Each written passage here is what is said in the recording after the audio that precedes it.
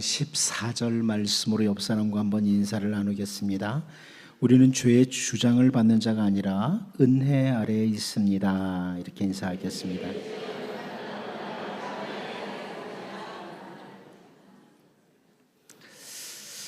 이스라엘의 지도자로 부름을 받은 모세를 중심으로 기나긴 광야를 통과한 이스라엘 백성들에게 그 약속의 땅 요단강을 앞에 두고 있을 때 하나님이 말씀을 주십니다. 그 이스라엘 백성들이 약속의 땅에 들어가서 살아야 할 삶, 그 삶에 대한 그 정리를 해주시는 거죠. 신명기 말씀이기도 합니다. 신명기를 통해서 너희들이 약속의 땅에 들어가거든 이렇게 살아야 된다, 그런 말씀을 주시는데요. 그 가운데 신명기 7장 1절 2절 말씀을 보면 네 하나님 여호와께서 너를 인도하사 네가 가서 차지할 땅으로 들이시고 네 앞에서 여러 민족 헷 족속과 기르가스 족속과 아모리 족속과 가나안 족속과 브리스 족속과 히위 족속과 여부스 족속 곧 너보다 많고 힘이 센 7 족속을 쫓아내실 때에 네 하나님 여호와께서 그들을 내게 넘겨 내게 치게 하시리니 그때 너는 그들을 진멸할 것이라. 그들과 어떤 언약도 하지 말 것이요 그들을 불쌍히 여기지도 말 것이며, 이런 말씀을 주십니다. 그 약속의 땅 가나안 7족속 사람들, 그들은 아주 강한 족속이다. 하지만 그들을 너희에게 넘겨줄 것인데 그들을 진멸해라, 언약도 맺지 말아라, 이렇게 말씀을 하시는 거죠. 소위 헤렘의 법칙이라고 이렇게 말을 하는데, 이 가나안 7족속을 진멸할 때 그들을 불쌍히 여기지 말라는 것. 수도 많고 힘도 센 7 족속이지만 하나님께서 넘기신다, 이런 약속도 함께 주시는 겁니다. 그리고 신명기 7장 3절 말씀을 보면 또 그들과 혼인하지도 말지니 내 딸을 그들의 아들에게 주지 말 것이요 그들의 딸도 내 며느리로 삼지 말 것은, 이런 표현을 하십니다. 그 약속의 땅 가나안 땅에 들어갈 때 그 원주민들을 다 진멸해라, 그들과 언약도 맺지 말아라, 너희들의 자녀를 그들의 자녀와 혼인하지 않도록 해라, 이렇게 헤렘의 법칙 혹은 자녀의 혼인 문제를 말씀하시는 이유가 있습니다. 왜 이렇게 하라고 말씀하시느냐? 바로 죄의 영향 때문입니다. 신명기 7장 4절 5절 말씀이 나오는데, 그가 내 아들을 유혹하여 그가 여호와를 떠나고 다른 신들을 섬기게 하므로 여호와께서 너희에게 진노하사 갑자기 너희를 멸하실 것입니다. 오직 너희가 그들에게 행할 것은 이러하니 그들의 제단을 헐며 주상을 깨뜨리며 아세라 목상을 찍으며 조각한 우상들을 불살할 것이니라. 이유가 분명하죠. 죄가 주는 영향 때문에. 그 가나안 땅에 살고 있던 그 가나안 7족속이 우상 숭배의 죄를 범하고 있었는데 그 죄의 영향을 받을 수 있다는 거죠. 그래서 그들과 언약을 맺지도 말고 그들을 진멸해라, 너희들의 자녀를 그들의 자녀들과 혼인시키지 말아라, 이런 죄의 영향에 대해서 말씀하시는 겁니다. 그들이 섬기던 우상 숭배가, 그 죄가 영향력을 행사한다는 거예요.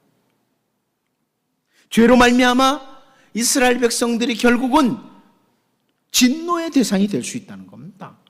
그 우상 숭배의 죄가 영향을 받아서 이스라엘 백성들도 우상 숭배하고 그 결과로 이스라엘 백성들이 하나님의 진노의 대상이 될 수 있다, 그렇게 말씀을 하시는 겁니다. 근데 실제로 사사기를 통해서 이 죄가 이스라엘 백성들에게 영향력을 준 것을 확인할 수 있습니다. 하나님께서 여호와의 사자를 통해서 사사기 2장 2절에서 이렇게 말씀하죠. 너희는 이 땅의 주민과 언약을 맺지 말며 그들의 제단들을 헐라하였거늘 너희가 내 목소리를 듣지 아니하였으니 어찌하여 그리하였느냐, 책망을 하십니다. 신명기를 통해서 주신 그 명령을 어긴 이스라엘 백성들에 대해서 책망하시는 내용이죠. 내가 그들과 언약을 맺지 말라고 하잖아요. 그들의 제단을 다 우상숭배 제단들을 헐어버리라고 하지 않았느냐. 그런데 왜 내 목소리를 듣지 않았느냐? 내 명령을 지키지 않았느냐? 이런 하나님의 책망의 말씀이죠. 그런데 그 하나님의 말씀을 어긴 죄의 결과죠. 이스라엘 백성들에게 그 죄가, 가나안 7족속의 죄가 어떤 영향력을 끼쳤느냐? 사사기 2장 11절 12절을 보면 이렇게 말씀합니다. 이스라엘 자손이 여호와의 목전에 악을 행하여, 지금 가나안 7족속이 아닙니다. 이스라엘 자손이 바알들을 섬기며 애굽 땅에서 그들을 인도해내신 그들의 조상들의 하나님 여호와를 버리고 다른 신들, 곧 그들의 주위에 있는 백성의 신들을 따라 그들에게 절하여 여호와를 진노하게 하시게 하였으되, 이렇게 말씀합니다. 하나님을 버리는 악한 행동까지 하도록 영향력을 주는 것이 바로 죄라는 거예요. 죄는 영향력을 가지고 있습니다. 끼칩니다. 바로 이러한 이유로 인해서 바울 사도가 고린도전서 5장 11절에서요 이렇게 권면합니다. 이제 내가 너희에게 쓴 것은 만일 어떤 형제라 일컫는 자가 음행하거나 탐욕을 부리거나 우상 숭배를 하거나 모욕하거나 술 취하거나 속여 빼앗거든, 그 다음에 뭐라고 합니까? 사귀지도 말고 그런 자와는 함께 먹지도 말라 합니다. 죄의 영향력 때문에 하시는 거예요. 죄를 짓는 자들과 함께 사귀지도 말고 먹지도 말라, 이렇게 권면을 해요. 죄를 짓는 자들과 가까이 하면 결국은 죄의 영향력이 강해서 나를 죄로 물들여 버리기 때문에 이렇게 말씀을 계속 신구약 성경에서 하시는 거죠. 오늘 우리가 본문 말씀을 통해서요, 르호보암, 남쪽 유다의 르호보암 시대의 모습을 열왕기 기자가 설명한 것을 살펴보게 됩니다. 여기서 죄의 영향력도 살펴보고, 우리는 죄와 맞서 싸우는 믿음의 승리자가 되도록 다짐하고 기도하는 주의 백성들로 설 수 있기를 원합니다. 첫 번째로 우리는 오늘 본문에서 솔로몬의 아들, 동시에 나아마의 아들, 이것을 보게 됩니다. 르호보암은 솔로몬의 아들이고 나아마의 아들이라. 열왕기 기자가 의도적으로 이것을 설명하는 것을 보게 돼요. 우리 본문 21절을 같이 한번 읽어보겠습니다. 같이 봅니다. 시작. 솔로몬의 아들 르호보암은 유다 왕이 되었으니 르호보암이 왕위에 오를 때에 나이가 41세라. 여호와께서 자기 이름을 두시려고 이스라엘 모든 지파 가운데에서 택하신 성읍 예루살렘에서 17년 동안 다스리니라. 그의 어머니의 이름은 나아마요 암몬 사람이더라. 여기 열왕기 기자는 남쪽 유다의 그 르호보암 왕에 대해서 설명을 하면서 먼저 그는 솔로몬의 아들이라고 설명을 합니다. 다윗의 손자 솔로몬의 아들이라는. 그리고 동시에 21절 뒷부분에서 뭘 말씀하냐면 그의 어머니의 이름은 나아마요 암몬 사람이더라, 이것을 덧붙입니다. 열왕기 기자의 의도적인 기록이 아니겠습니까? 르호보암은 솔로몬의 아들이면서 그 어머니는 암몬 사람 나아마다, 이걸 의도적으로 설명을 하는 거예요. 그 르호보암의 아버지였던 솔로몬, 다윗의 아들이었던 솔로몬에 대해서 열왕기 기자는 쭉 많이 설명을 합니다. 그런데 그 중에 열왕기상 11장 1절 말씀을 보면 솔로몬 왕이 바로의 딸 외에 이방의 많은 여인을 사랑하였으니 곧 모압과 암몬과 에돔과 시돈과 헷 여인이라, 이걸 설명합니다. 솔로몬이 이방 여인들을 많이 아내로 두었다. 이방 여인들을 많이 아내로 두서 어떤 결과가 나왔느냐? 열왕기상 11장 4절에서 설명을 합니다. 솔로몬의 나이가 많을 때에 그의 여인들이 그의 마음을 돌려 다른 신들을 따르게 하였으므로 왕의 마음이 그의 아버지 다윗의 마음과 같지 아니하여 그의 하나님 여호와 앞에 온전하지 못하였으니. 솔로몬, 르호보암의 아버지 솔로몬이 우상숭배의 죄에 빠졌던 그 원인이 바로 이방 여인들을 여러 명 두었기 때문이다. 그걸 설명해 주는 겁니다. 그 르호보암의 아버지 솔로몬으로 하여금 우상 숭배의 죄를 빠지게 했던 그 여인들 중에 한 명이 누구냐면 암몬 사람이에요. 11장 1절에서 말하는 것처럼 암몬 여인. 오늘 본문 21절에서 르호보암을 설명하면서 그는 솔로몬의 아들이면서 그의 어머니의 이름은 나아마요 암몬 사람이더라. 이렇게 열왕기 기자가 동시에 설명을 하는 것은 르호보암 왕 때의 우상 숭배의 죄는 영향을 받았다는 겁니다. 부모에게 영향을 받은 죄다. 이것을 충분히 독자들로 하여금 상상하도록 만드는 거예요. 여러분, 르호보암의 아버지 솔로몬은 우리가 잘 아는 잠언을 기록했습니다. 잠언의 상당 부분이 솔로몬의 기록이죠. 근데 그 잠언 1장 7절 8절에서 솔로몬이 이런 표현을 합니다. 여러분 잘 아는 표현이죠. 여호와를 경외하는 것이 지식의 근본이거늘 미련한 자는 지혜와 훈계를 멸시하느니라. 내 아들아 그럼 내 아비의 훈계를 들으며 내 어미의 법을 떠나지 마. 다시 설명드리면 이 잠언을 기록하면서 솔로몬은 자기 아들들에게 1차적으로 교훈하는 거예요.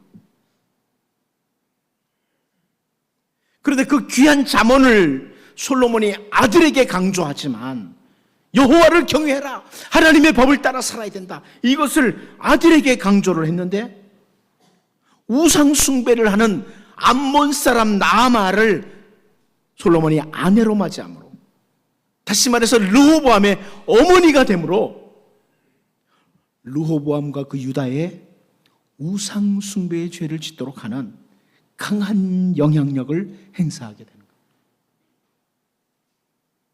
잠언과 같이 귀중한 교훈을 아들을 향해 기록한 솔로몬이 그 아내 중에 한 사람이 암몬 사람 나아마다. 그래서 죄가 영향력을 가지고 그 아들에게 강하게 미쳤다. 이것을 지금 열왕기 기자가 설명하는 거죠. 바울 사도는 마지막 때에 나타나는 현상을 설명합니다. 마지막 때 이런 일들이 나타날 거다 하면서 그 중에 디모데후서 3장 4절 5절 말씀을 보면요, 마지막 때 이런 쭉 앞부분에도 있지만 이런 현상들이 나타난다. 사람들이 배신한다, 조급하다, 자만해진다, 쾌락 사랑하기를 하나님 사랑보다 더한다. 경건의 모양은 있으나 경건의 능력을 부인한다. 그런데 그 뒷부분에 뭐라고 말씀하냐면 이 같은 자들에게서 네가 돌아서라. 마지막 때는 이런 사람들이 많아진다. 그런데 이때 너는 이런 사람들에게 돌아서라. 이 돌아선다는 이 표현은 헬라어에서 피하라는 말이에요. 의도적으로 피하라는 거예요. 너에게 죄의 영향을 줄 수 있는 이런 사람들에게서 피해라. 이런 말씀입니다. 잠언을 통해 여호와 경외하기를 권면했던 솔로몬이 아버지인데 우상 숭배자인 암몬 사람 나아마가 어머니였기에 르호보암은 자신과 유다를 우상 숭배의 죄에 빠지도록 만들었습니다. 여러분, 죄는 이렇게 영향을 주기에 잘 피해야 됩니다. 율법을 맡은 이스라엘 백성들이요, 자기들 스스로 의인이라는 착각에 빠졌습니다. 율법을 가지고 있으면서도 스스로 의인이라고 착각에 빠지고 그들은 죄의 영향력 아래 있었습니다. 그 바울 사도가 분명히 선포하죠. 로마서 3장 9절 10절에서 그러면 어떠하냐? 우리는 나으냐? 결코 아니라 유대인이나 헬라인이나 다 죄 아래 있다고 우리가 이미 선언하였느니라. 기록된 바 의인은 없나니 하나도 없으며. 율법을 가진 유대인들도 그리고 지혜가 있다고 하는 헬라인들도 모두가 다 죄 아래 있는 자들. 다시 말해서 이 땅에 죄가 들어왔고 죄가 세상을 지배한 거예요. 의인이 없다는 거예요. 분명히 선포합니다. 율법을 가지고 있던 자들도 죄의 영향에 물들어 버렸다는 거죠. 그런데 여러분, 로마서 3장 21절에서 이제는 율법 외에 하나님의 한 의가 나타났으니 율법과 선지자들에게 증거를 받은 것이라. 그럽니다. 율법이 아니라 우리의 모든 죄를 대신 짊어지시고 십자가에서 죽으신 예수 그리스도로 말미암아 우리에게 의가 주어졌다. 의가 주어졌다. 예수 그리스도를 믿음으로 말미암아 주어진 의입니다.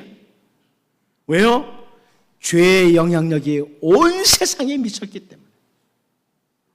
죄의 영향력이 온 세상에 미쳤기에 예수 그리스도로 말미암아 의가 우리에게 임했습니다. 여러분, 아무리 대단한 가르침을 받아도 율법을 익숙하게 알고 있어도 죄의 영향력이 얼마나 크게 작용하는지 잘 보여주는 오늘 본문을 보면서 그리스도 예수 안에서 우리는 의롭다함을 받은 백성들, 예수 그리스도를 믿음으로 의롭다함을 받은 백성들,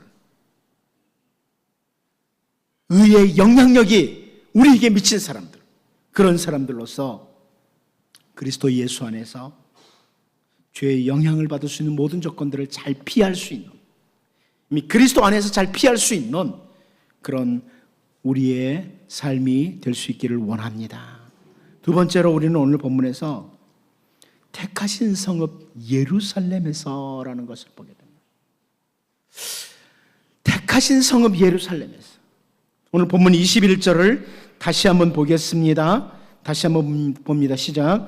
솔로몬의 아들 르호보암은 유다 왕이 되었으니 르호보암이 왕 위에 오를 때에 나이가 41세라.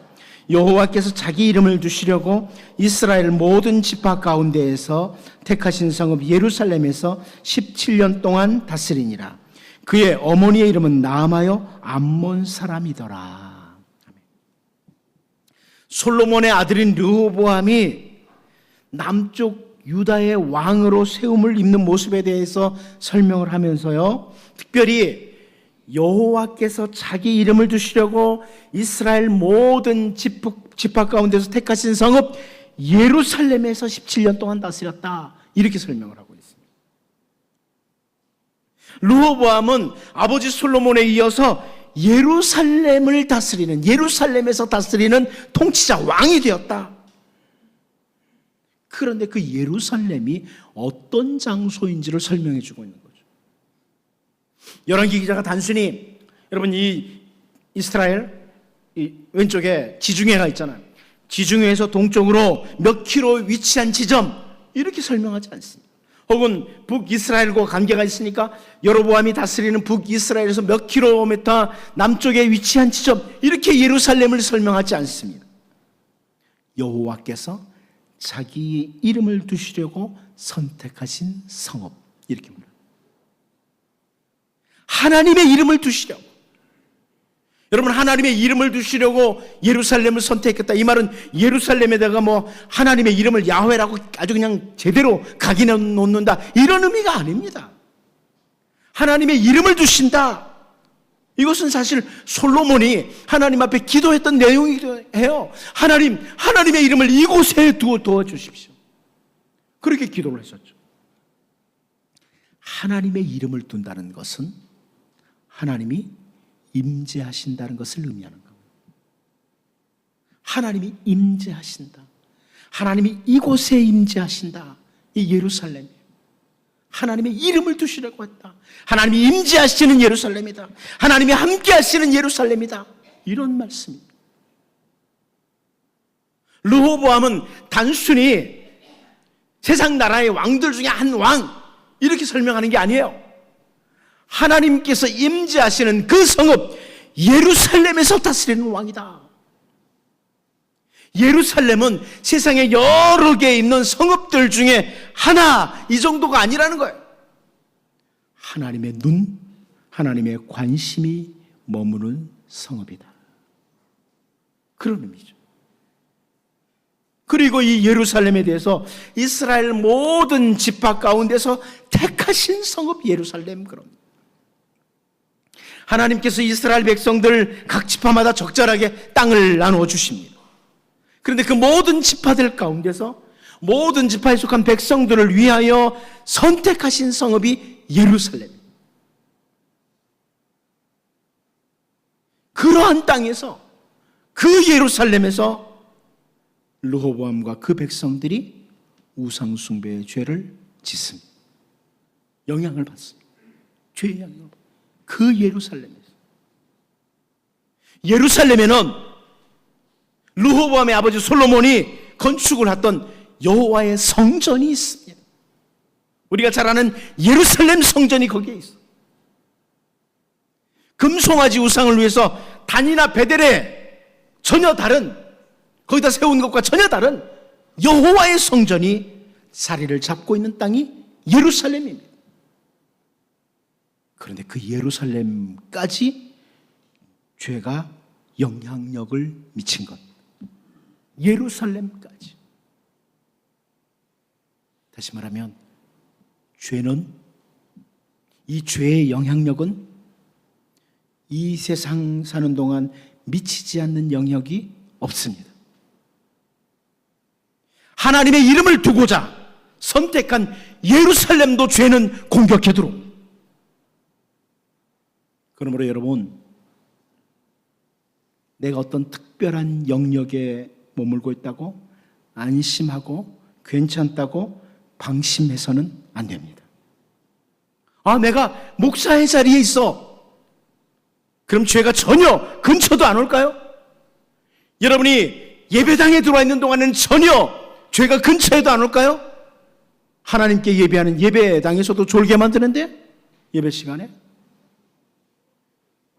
이렇게 죄는 어떤 장소를 막론하고 영향력을 끼쳐요. 죄의 영향력은 무섭습니다, 여러분. 그래서 우리는 언제나 어디서나 항상 주 안에서 발견되도록, 말씀 안에서 내가 발견되도록 성령님의 인도하심을 위해서 기도하고 주님의 도우심을 의뢰해야만 합니다.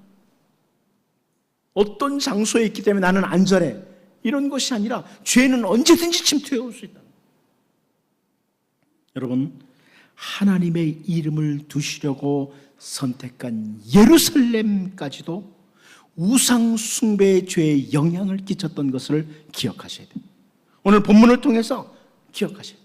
르호보암과 그 백성들이 예루살렘에서 우상 숭배의 죄를 짓는 것을 보면서 우리는 모든 영역에서 진리 안에 설 수 있도록, 우리가 주님 안에서 발견될 수 있도록, 죄와 맞서 싸우는 주의 백성, 늘 성령의 인도를 따라 승리하는 주의 백성들로 되도록 기도할 수 있기를 바랍니다.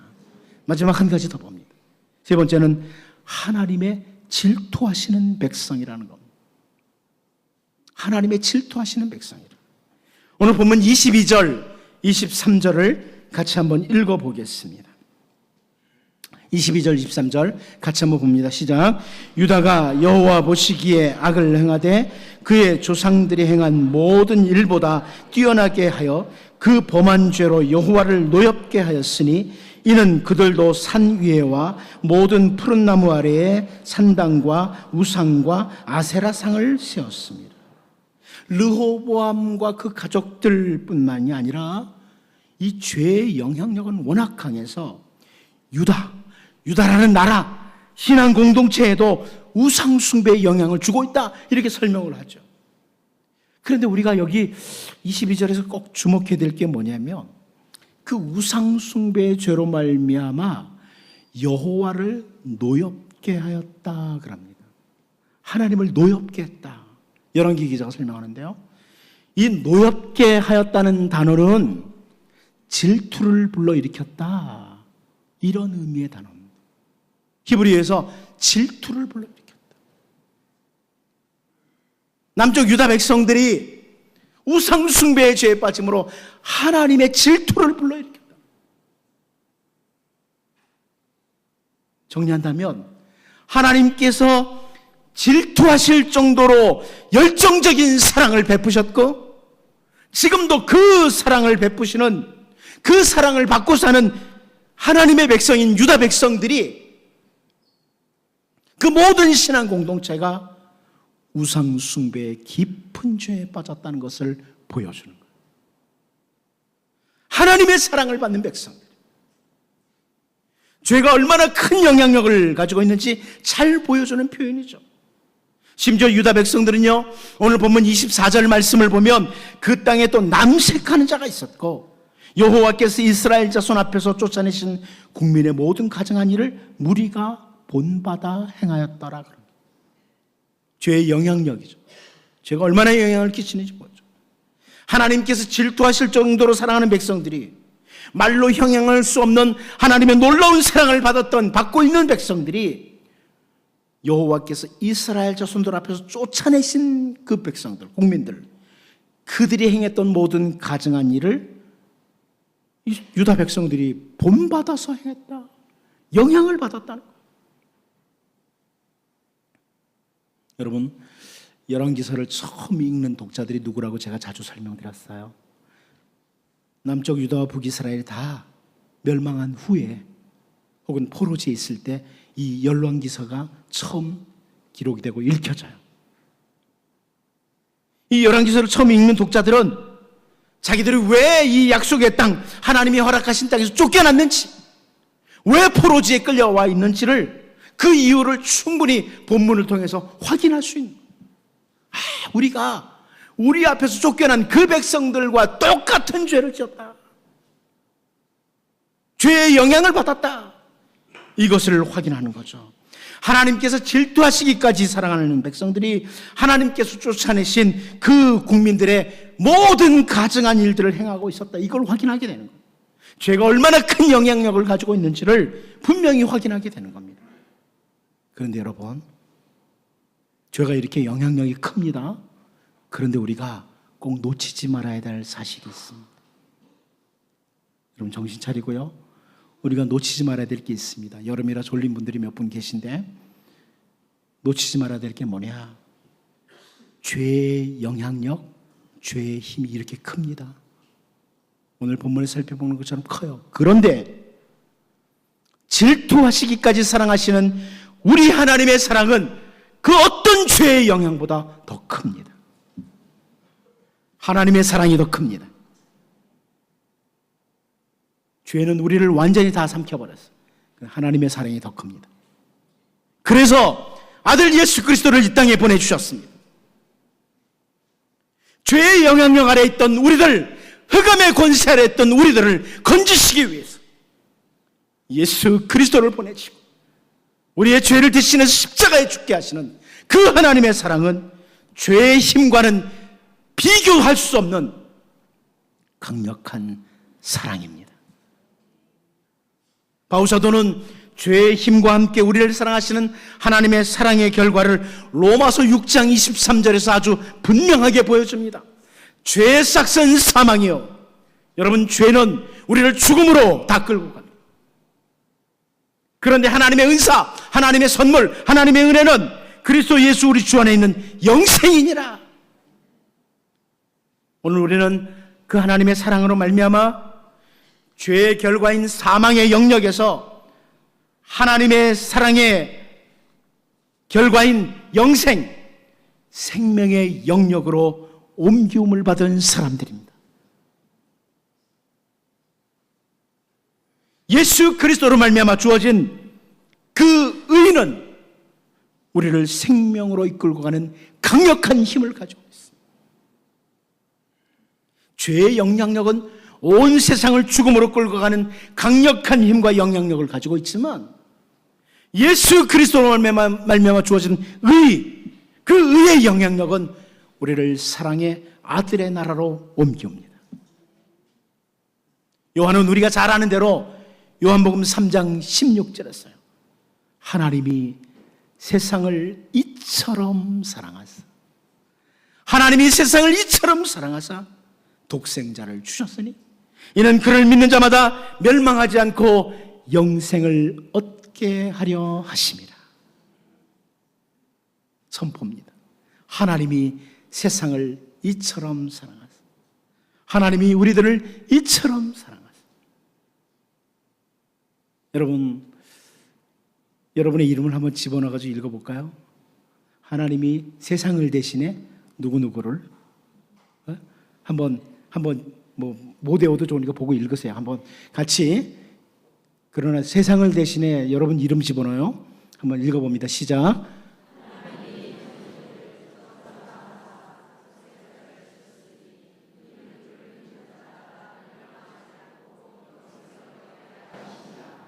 아멘. 죄의 영향력은